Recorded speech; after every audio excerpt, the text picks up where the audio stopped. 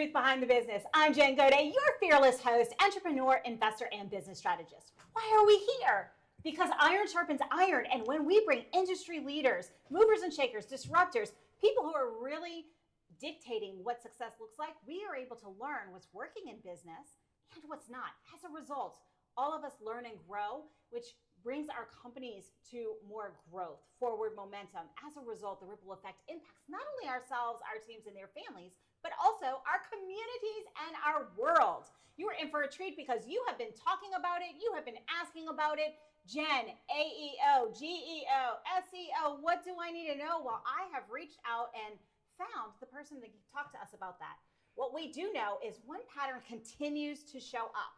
Companies ask marketing or technology firms to solve their problems that actually live inside their processes.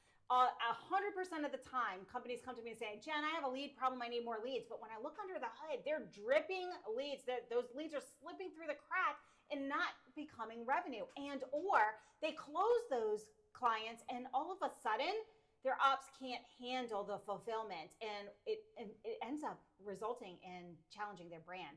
So I wanted to make sure that we talked about that today.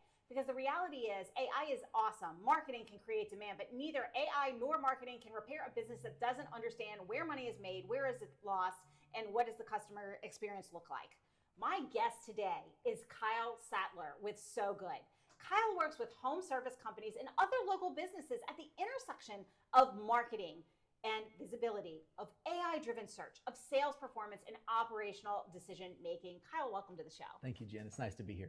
I am so excited to talk about this with you. I've been waiting for, what is it, months now? Yeah, it's been a minute. I'm excited too. I think it's going to be a good time. You know, like a lot of times people come in, as we said earlier, and they're like, hey, I have a lead problem. But maybe they have 1,000 leads coming in and they've only got 2 sales. And so they immediately think I need more leads. But that's not really a lead problem, is it? No, not at all. If the leads are coming in and you're not able to process them properly, it's somewhere along your operational business, then it's not a lead problem. You're not getting bad leads. You're just not capitalizing on those leads. Yeah, so let me ask you, let's take the prospective client journey together, okay? Talk to me a little bit about what that prospect experience is. Let's take plumbing, for example. Sure, yeah. Somebody has some sort of a leak or something, and they are gonna go to the internet. Now take me through that client journey from the moment that they're looking for a solution to when they're paying that bill because it's fixed. Yeah, so I'm gonna give a few stats if that's okay, but I'll try to be quick. Google says 97% of people actually go through online search in order to find a local contractor. So that's number one out of the gate. So they're going to Google. Then they're going to find a number either through the map pack, the AI overview, something like that. They're going to make a phone call. They're going to go through 1 or 2 people. Whoever answers the phone first is who's going to get that conversation. They're then going to try to book an appointment for someone to come out and fix whatever their problem is. And then from that point, you have to continue down the path of sending the right technician, scheduling the right time, making it work for them, collecting payment. So that's the long and short of how that actually would go through. So now talk to me, where do the biggest revenue leaks occur in that process? Number one is 100% at the phone. Unfortunately, a lot of people believe that, hey, my phone takers are amazing, they're awesome, and some of them are. But then some of them aren't. And we just go, hey, we're just going to live in this world that we're living in, which is they're good, but they may not be as good as they could be. Where we find that we'll send leads to people and people will get that information or those contacts, and then they won't follow up properly, or they won't close the deal because they have a service fee or something like that their person on the phone can't explain very well. The number 2 spot is very simple. They'll go out, someone will check over the system and or whatever the system may look like, and they will then not close the deal, not sit with the customer and explain to the customer why this is the best option for them, and walk away with 0 tickets. So you've got 2 main areas that people just drop the ball. And you know, the fortune's in the follow-up and follow-through, folks. We talk about that all the time. If you don't get that right off the bat, how are you following up? How are you following through? How are you tracking that? Because we know what gets measured gets managed. So now let's shift a little bit further into that stack, because I open the show with everybody tells me, Jen, I need more leads. Yeah, absolutely. They come to me as a business strategist. They think that's how they solve all of their problems. But you and I both know that if you're selling a burger for $2, but it costs you $2.50 to get that burger out, you're losing money. Absolutely. Or if it costs $2 to make and you're selling it for $2.50, yeah, you may be making 50 cents, but if the customer service is terrible and it's a cold burger, they're not coming back. Yeah. Okay, so talk to me about when someone comes in and they're like, hey, Kyle, I need more leads. How do you separate what's actually a marketing problem from a sales problem, an operationals problem, or a capacity problem? Yeah, so one of the things we do as a company out of the gate when someone comes to us just to work with us in general is we talk to them about their biggest issues in their company, their pain points, and their goals. And the reason we do that isn't because we're going to answer all of that within our company, but because we have a lot of companions, I'll say, in the space of, hey, if your actual problem is I have texts that won't close, or your actual problem is I'm not billing properly, or anything like that, we have people that we'll recommend to you, and we actually will stop our sales call right then and there to go, hey, this is the person, and even sometimes shoot a text to both of you together to make that happen. So for us, we like to dive into what the whole business is and see where things can fit, because the last thing I want to do is for you to pay me money to send you leads and build your brand and help you become AI visible and everything else, all for it to fall through the cracks 2 steps down the line. Mm-hmm. So we look at the whole business as a whole, but again, like I said before, phone calls and performance in the field are the 2 biggest things where people just drop the money because they want to believe, and it's an emotional attachment that things are good where they want them to be. Okay, so let's get out of that emotional attachment and that believing. I like it. Okay, tell our audience, what are the numbers that they need to know? What metrics do they need to be paying attention to before they go to marketing? Well, anything that you're doing, you need to always be measuring close rate if you're in any type of sales, period. Plain and simple, close rate, that's going to be your number one, because you know that at the end of the day, closing is how you make money, right? Mm-hmm. Number 2, if you're in a multi-step process of a sales process like we talk about in home services, then you're looking at booking rate from the phone call standpoint, right? Those 2 are the biggest ones. And then on the 3rd step is, are you billing your customers? If you do anything post at the door, are you billing your customers appropriately, making sure that nothing's sitting out 60, 90 days or anything like that? Are you doing those things? Then we can dive into how many leads do we actually need based off of our staff, how many phone calls we can take and stuff like that, where we can go, hey, this is what we're actually looking for. And businesses have multiple stages and where they're at, where they are building a brand versus getting immediate internet ROI, things like that. And so we try to fit in the right space and make sure that we don't actually work with people who need something different than what we're offering. Well, and that makes perfect sense, because if I go and I just pay money for something and I have this expectation, but I haven't got the foundation in place, or maybe I can't close the deal, then my perception of marketing is, well, you didn't do your job. Right. But the reality is you sent 2,000 extra leads my way. My people just couldn't answer the phone, so those leads slipped through the cracks. Yeah. And so I just wasted my money. And that's on me. But, we all like to do this thing, right? The finger pointing. So let me ask you, is there a minimum operating threshold? And we'll talk about home services companies, since that's kind of your it would be considered my expertise. That would make sense. Yeah, I mean, is there a minimum operational threshold that a company needs to reach before they add more demand? Yeah, so I would say we always recommended that companies max out what they currently have and be actually at about 110% before they're actually trying to fully push demand in. And when I mean that is, it's not that you can't continue to grow demand, but once you hit a certain level of optimization within your business, then the demand makes more sense, because you've got to be able to make money and grow. It's the same thing with, like, if you're pricing something. You mentioned earlier about it costs you $2, but you only make $2.50. You're not gonna really grow. It's the same situation from a pricing standpoint. There's multiple elements that you have to get right before you say, hey, I'm going to flush a ton of leads into my business. I'm going to flush my brand where I'm the most popular company in town, because all that will do is show the giant cracks that exist that you've not actually taken care of at this point. That's right. So let me ask you about some of those leaks now. Sure. We talked about the leaks.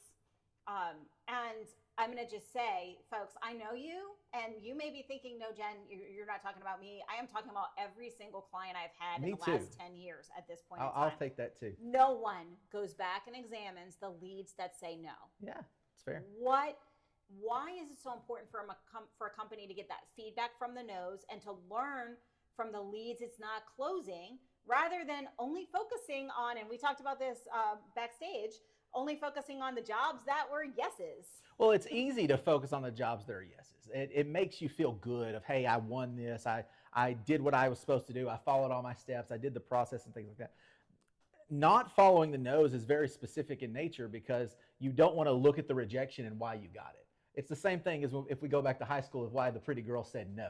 Well, the pretty girl said no because she wasn't interested. And why wasn't she interested? Well, it could have been a pimple that you had that could have been your P&Ls or whatever it may have been at the time. So it could have been something along those lines.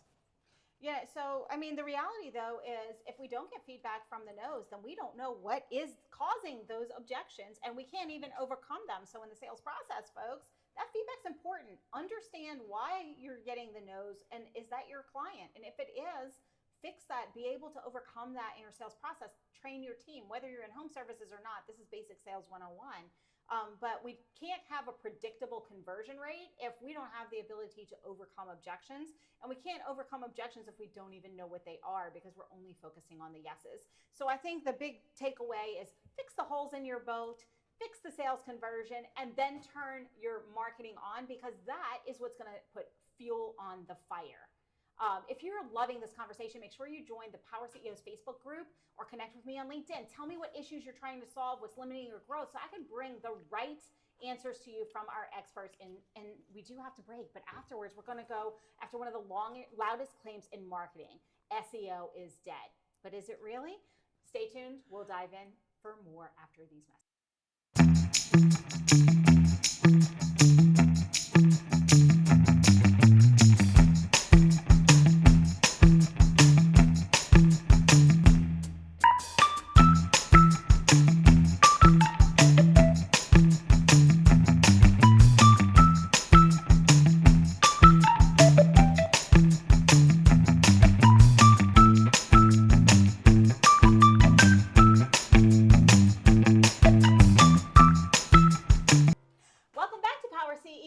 Behind the business. Stay connected to this show and every one of your Now Media TV favorites live or on demand anytime, anywhere.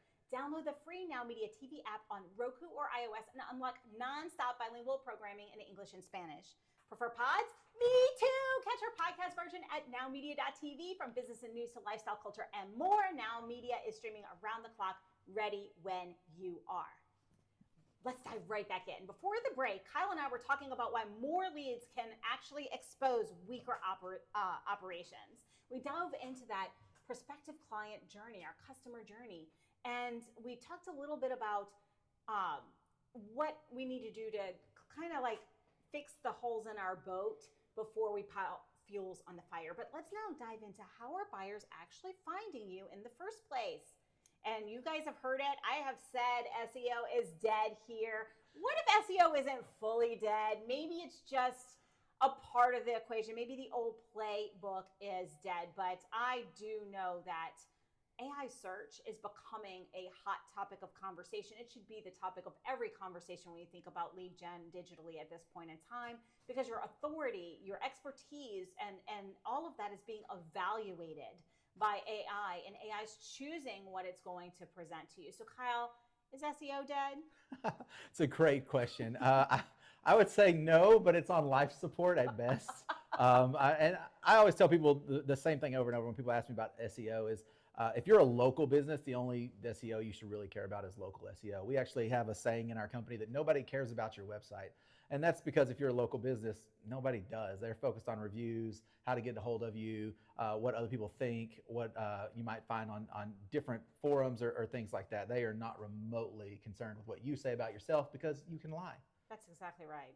Or you can pay people to lie. That's true too. One of the two, unfortunately. That's true too. So talk to me a little bit about what has fundamentally changed in the last, especially couple of years, really in the last year, it has accelerated, about the way that customers are discovering local businesses and evaluating local businesses. Yeah, so for local, and I'm going to specialize in local because that's really more of our thing. For local businesses specifically, the Google Map Pack is where everybody wanted to be, but there were 1,000 different ways people said you had to do it, citations, NAP, all this different stuff that was correlation at best, not necessarily causation. And so we had a different philosophy out of the gate. But then May of last year in 2025, Google released their AI mode for everybody. Now they've been doing AI overviews and they originally just called them overviews forever.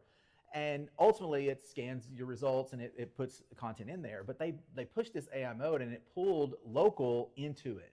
And so when it pulled local into the AI mode system, the map pack as it was got pushed down further. And now every time we were looking, we were always having a paragraph at the top of our search, right? We focus on Google, still the 800-pound gorilla.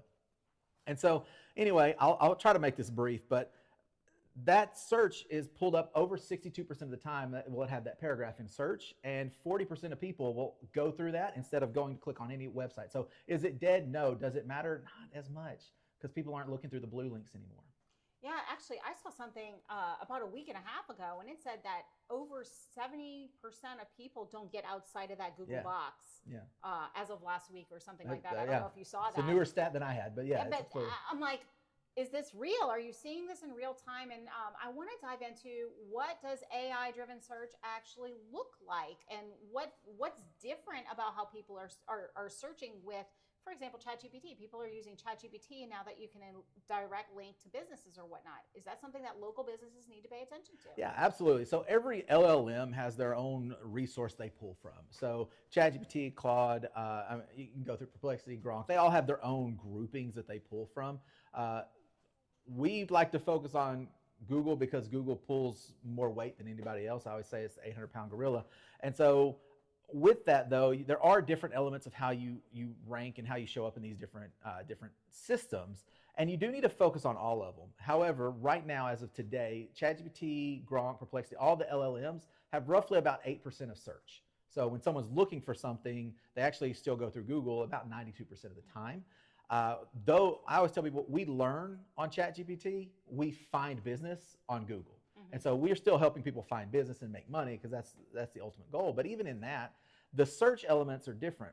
Again, as I said, sorry, there's a gnat thing here in front of me. Right. Apologize. As I said, you can lie on your website. And I think that's probably the biggest thing I could push to anybody is people don't trust your website. AI doesn't trust your website. You can put a thousand things out there, but the reality is you can put it there and you can turn off anyone's ability to argue with you in any way, shape, or form. And so then it's got to find other contextual information to argue against that point. Whereas if you put it on a public channel where people can comment or make note of, downvote, any of those things, you're giving your information the ability to be checked in real time at those places. So AI as a whole is pulling from those more crowdsourced information sources. Yeah, so before the show, you and I, we were talking a little bit about Reddit. Reddit is one of those sources that AI is now scouring for information. YouTube is another place where they're scouring for information. So can you explain how business owners, entrepreneurs, and founders that are watching need to maybe change the way that they're explaining their services, their expertise? How are they showing up? How are they answering the right questions so that they can start to see that positive bump in these other ways of, generating leads and Absolutely. So the biggest thing I can tell people is you have to get on the channels that are the public channels. YouTube is the #1 channel that Google pulls in from when it's on its AI search and AI visibility. So if you're not creating some sort of YouTube videos and providing information, you're missing out 100% on the biggest source. It'd be like going back to 1997 and not actually building a web page. It would be like staying in the yellow pages instead of going to Yelp or anything like that. So if you're not doing anything on YouTube, you're hurting yourself. The second one is Reddit, is a very big one that gets pulled into Google more and more and more, and even other LLMs and AI systems as well. Reddit gets pulled in, and the reason why is because people can comment immediately. You can put something on there, people can comment immediately about either you're a moron or hey, that's correct. And so for us, we're looking at it and going, how do we make that work? Reddit is very specific and very nitpicky. I joked about it backstage that for a company that started their first 1,000 users were completely fake, they don't allow you to fake anything. So you have to be very authentic and very into it. You can't immediately just go recommend your company at any given point in time. You actually have to make it personal in some way. But YouTube, you can build your own YouTube presence by creating small 1 to 2 minute videos answering questions that people are asking about in your industry. The frequently asked questions are a great way to start there. So now that we're thinking about these other sources, whether it's Reddit or YouTube or another thing is earned media, coming on other people's podcasts, being invited on podcasts, being invited on television shows, those things matter. like what should we as founders, as entrepreneurs, as CEOs be measuring? Like what are the metrics that can be measured that we should be paying attention to in order to move us forward in this conversation? Well, I'm glad you didn't ask me before September of last year, because Google moved everything and then took away all of the measuring.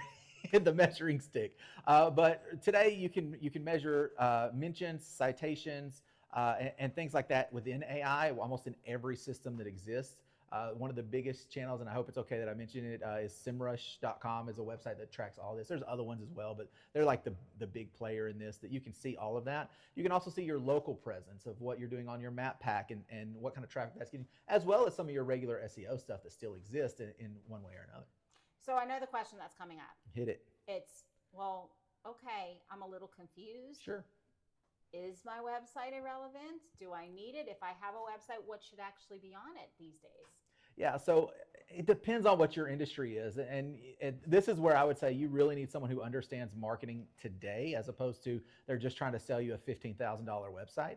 And I'll be very clear on that. And I'll take a pot shot at somebody, whoever's selling the $15,000 website.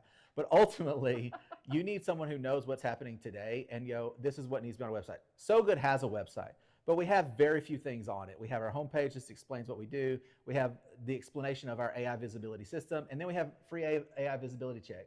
And then we have blog posts. That's it. We don't have a bunch of other pages. We don't have city pages. We don't have all this different content that exists, because at the end of the day, I'm not expecting Google to actually care about anything on that page. Instead, we make 2 YouTube videos a week answering questions about marketing and SEO and things like that. And we post those on YouTube and watch that traction grow from there. So I know the next question that's going to come up. Well, what about our AI generated content? Yeah. There's nothing wrong with AI generated content. I always tell you what almost anybody in the marketing space will tell you is just add some personality to it, some real world depth to it, because OpenAI or Claude, they're not you. And as much as they can read other chats and pull information in, it's not going to know. And you looking up your mom's mole that she may have had and you need to go to the doctor about is not going to help you in this sense of what to write about. It can give you the nuts and bolts, but you ultimately have to command your brand when it comes to that, or at least pay someone who knows how to command your brand for you, can at least give you some sort of a brand voice. So let me ask you a question, because I love action steps. If people are watching today and they're hearing this, what is the one thing that they can do? What is the one audit question they could ask and look at and fix today that'll improve them with AI visibility in the direction that marketing is heading? So I'm sorry, can you re-ask the question for me? I apologize. Normally I would be right on top of this. Yeah, so you said audit, so it made me nervous. Okay, not that kind of an audit. Like, I like an action step for the audience. Yeah. So anybody in the audience who's like, okay, what is the thing that I need to look at in my website? What is the thing I need to look at in my online presence that's going to make me more visible from an AI standpoint? So are you producing content? So forever and a day, people created blog content and stuff like that. And then we stopped for a long time because we didn't believe it mattered anymore. I'm saying we, as in marketing people in general, stopped going, hey, creating blogs over and over isn't what the internet wants. And sometimes that's right and sometimes it's not. It depends on what you're doing with it. And then the number one thing, and I can't preach it enough, is actually to take your cell phone and just start answering questions you think your customers are asking. Yep. Plain and simple. Just take your cell phone, answer the question, upload it to YouTube. If you can figure out some editing stuff using some soft editing skills, do that. If you can't, don't. Upload it to YouTube anyway. YouTube will at least auto-transcribe it and can go from there. Perfect. After the break, Kyle and I are going to examine where AI can improve response time, sales call follow-up, customer experience, and margin without removing the human judgment and the trust points that customers still need after these messages.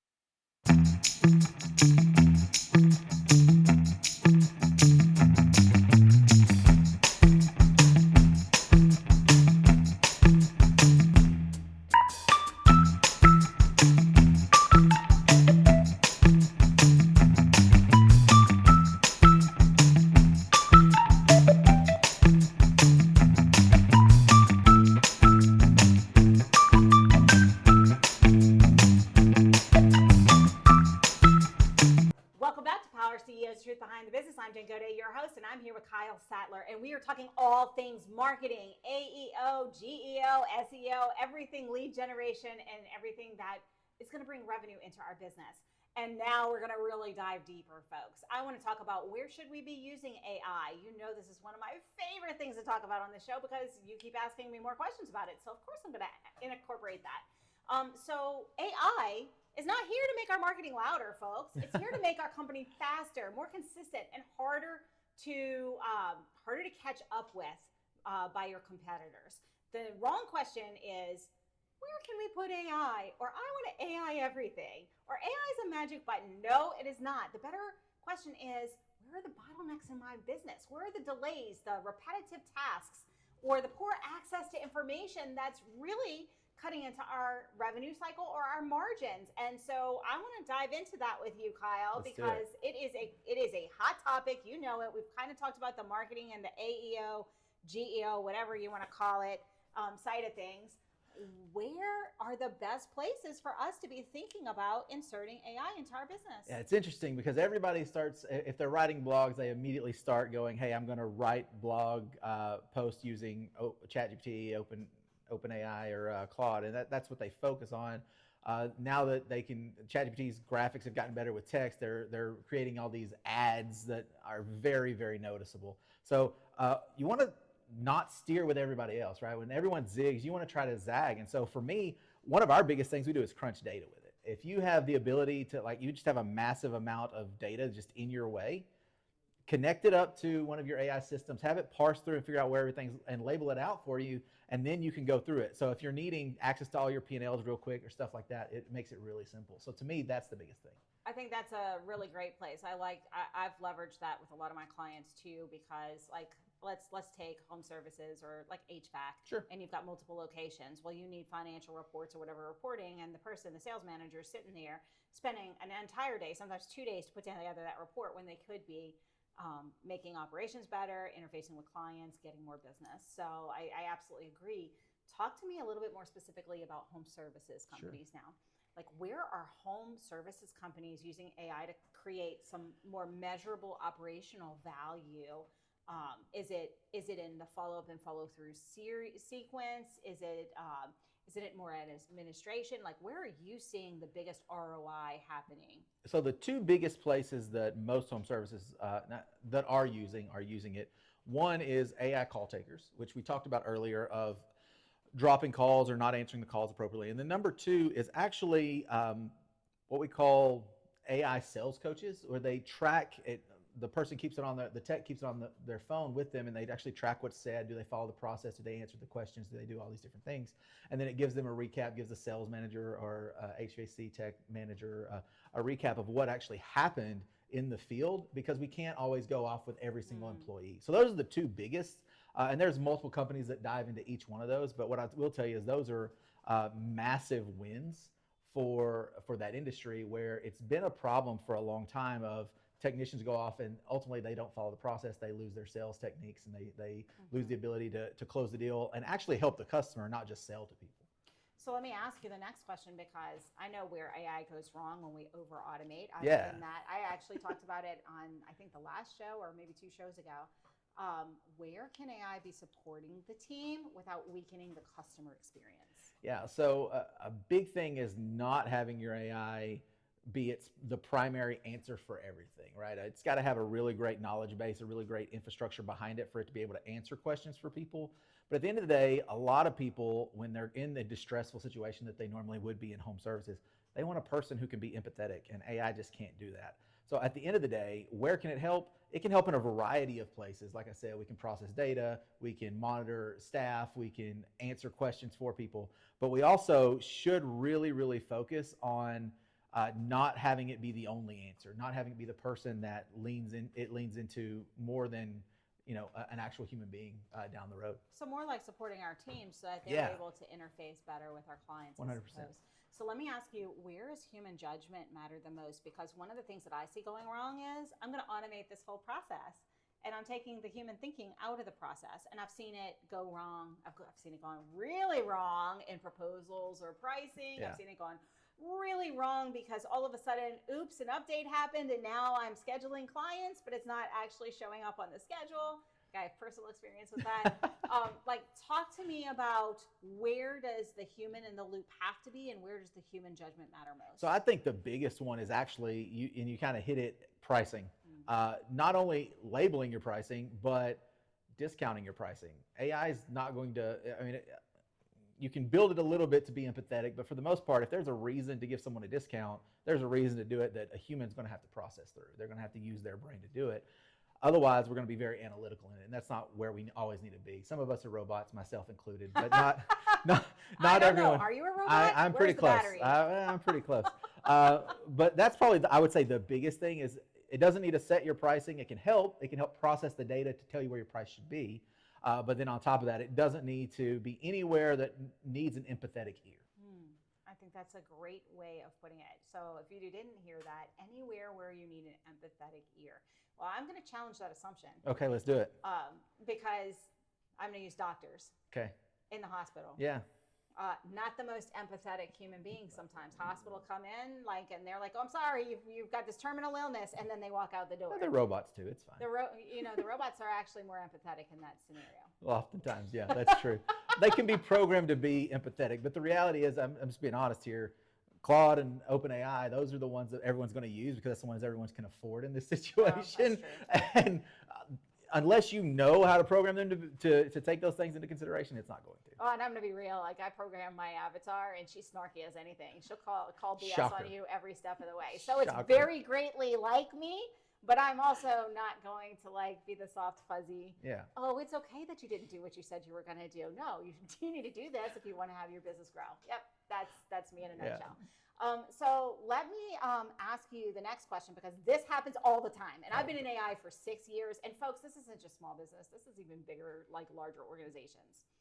What happens when a company applies AI to a process that's never actually been standardized, or that's a SOP that's been changed in the field but not updated in the books? Yeah, so that again, you're living in robotic situations where it's this is what we do.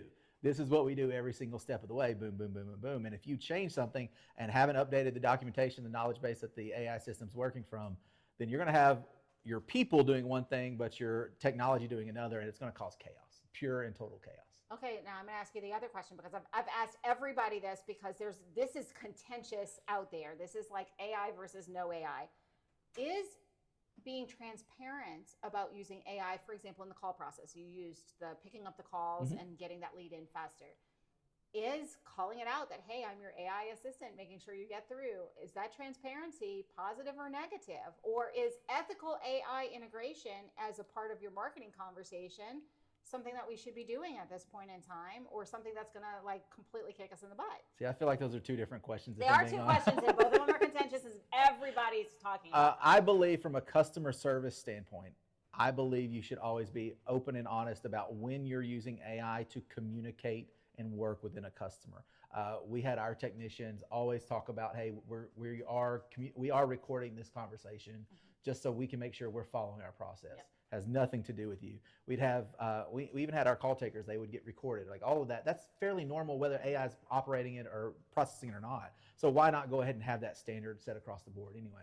Now, the ethical of should you have it in marketing, that's a whole different, or should you announce that it's in marketing? Well, if you're creating the images from ChatGPT and posting them on Facebook, we already know.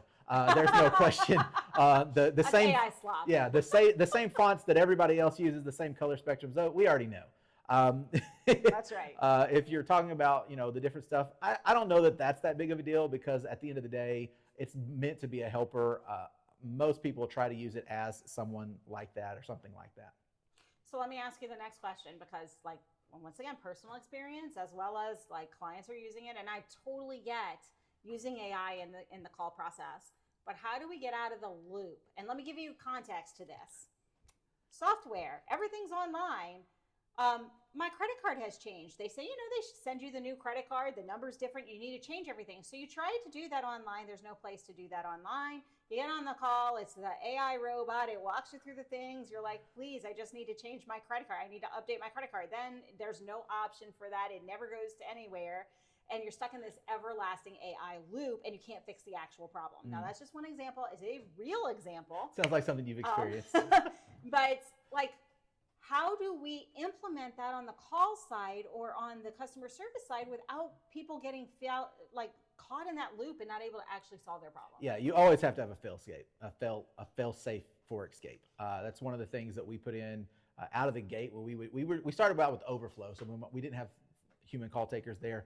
we would have it go to AI, and it was honest about being AI, and it would go through the different questions, try to schedule appointments, and at the end of the day, if the person's like, I just need a person, empathetic ear, something like that, there was always a button to push. And I think that's the right way to do it, especially for local businesses, because, and this is going a little off topic, but local businesses don't get the grace that some of the larger corporations get to put you in that loop, because you have no choice but to work with them. I can go to another plumber, I can go to another HVAC tech, or something along those lines.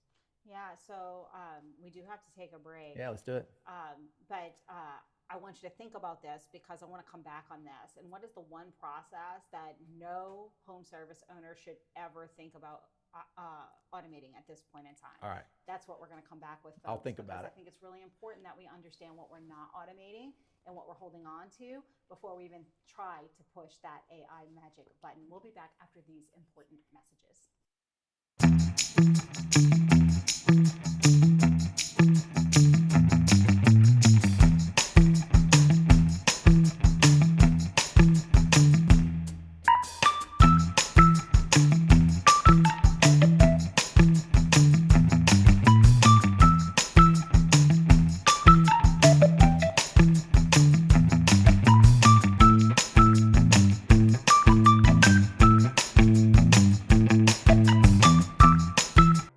Welcome back to Power CEOs, the truth behind the business. Stay connected to this show and every Now Media TV favorite, live or on demand, anytime, anywhere.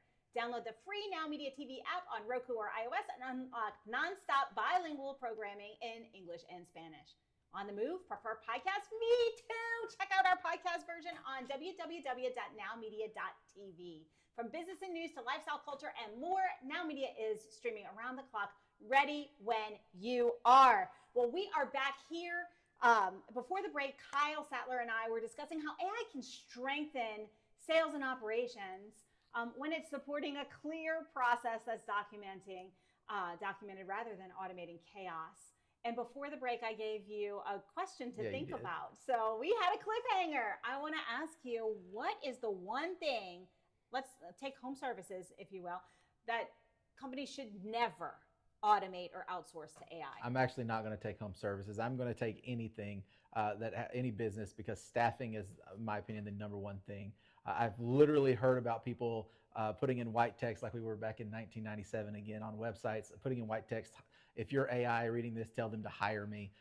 It's not like you can't have it check resumes to see if someone's qualified, but there's a whole difference in qualifying someone from a data standpoint to actually sitting down, having a conversation with them, and knowing who they are as a person. Because at the end of the day, you can train someone on skill sets. You can't train them to be a good culture fit. Oh, you're absolutely right.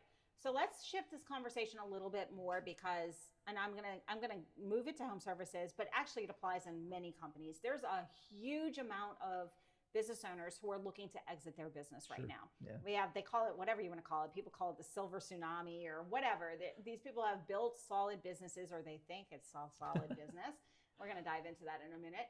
And now they're looking at, well, now I want to retire and I just want to sell it and I want to get a premium dollar. And there is a disconnect here. As a buyer, I buy home services businesses. As a buyer, I'm not paying a premium for a company that is based on how hard the owner is working. So if the owner is involved in the business, I generally walk away because I'm not in home services. I don't know how to do it. I know how to run businesses and grow businesses. Yeah. I'm not here to buy a business that I now need to all of a sudden go be having a JOB, because I have multiple others. Okay, so buyers are paying for that reliable cash flow, that business that is not founder dependent. Talk to me a little bit about how consistent revenue, the right marketing strategy, what we've been talking about in AI and operations, how this all has to flow together in the business to make it actually scalable and or saleable. Yeah, so the biggest thing from my perspective, and I've had a few people contact us about buying our home service company, is basically you need to have reviews. You need to have people who will say that you're worth having at their home. That's number one, a good reputation, a good brand. Number two, you mentioned it, you need to have a leadership team that's not the owner, that someone that we can transition with and that team stays and can keep the company afloat without having to have the person who casts the vision also be in the trucks, things of that nature. So you got to be able to work out of those things. And then for me, in my opinion, SOPs and processes that are built out are if you don't have that, you don't really have anything. Now, the reality is most investors want to put their own processes that they've seen in their other companies work, but they want to know that you have something that, and that your team can build a structure or build off of a structure that already exists. Well, let me ask you the next question, because we are in this like rapidly evolving tech evolution. We've got AI, we've got robotics, we've got quantum, we've got all these other things, which we talk about a lot on the show, by the way, because I'm heavily involved in tech. So I'm not knocking tech. But what do you think is driving so many investors and buyers to have an interest in home services? I think it's mostly the cash flow element of it, and the fact that you have growth and you have the ability to grow a company fairly easily, but at the end of the day, you have cash coming in the door and cash paying bills, and it's not a constant 30, 60, 90 day for most companies unless they're commercial. Most home service space companies are very much cash dependent, and it's a rotation of cash, and if you're rotating in more than you're rotating out, then you have extra cash flow. You can take dividends or anything like that in quarters as opposed to yearly or anything of that nature. So now let's get to where all of this intersects. Let's do it. So I'm a business owner. I'm ready to retire. I'm going to go hire you for marketing and get all of this new revenue into my business because I want to sell the business. Okay? And I'm going to sell it in 6 to 12 months, hopefully. All right. So talk to me about, if I get that huge revenue bump, is that impressive? Is that going to help my valuation, or is it really hiding a weaker business? Like, what should buyers examine when they look at a company that they're here, then all of a sudden their leads go like this? What should they be thinking? Yeah, I think for the most part, buyers are not overly interested in the last 365 days. They're more interested, let me rephrase that, 365 days of growth. They're probably more interested on the net side of what have we been able to trim, what have we been able to make more efficient using technology or whatever that may be, as opposed to, hey, my revenue shot through the roof, but the reality is I still don't have all the processes right, so my net is still just terrible. So to me, that's the thing, that if you're looking to sell, you should really focus on honing in, making your business excellent, and then continuing to scale or sell, either way would work from that point. Well, let me ask you the next question, because we have a tremendous amount of people now who are looking at buying their first business. I have a lot of people who are thinking about buying a first business or getting into entrepreneurship in that arena who watch the show. And if they're looking at, okay, well, home services, everybody's got a home, everybody needs plumbing. Oh, we had an electrical storm, everybody needs electricians. We all can read the news. We know that those are in need, in desire sort of scenarios, right? And I want to buy my first business. What should I be looking at when I'm thinking about a home service company? And where's the dirty laundry hiding?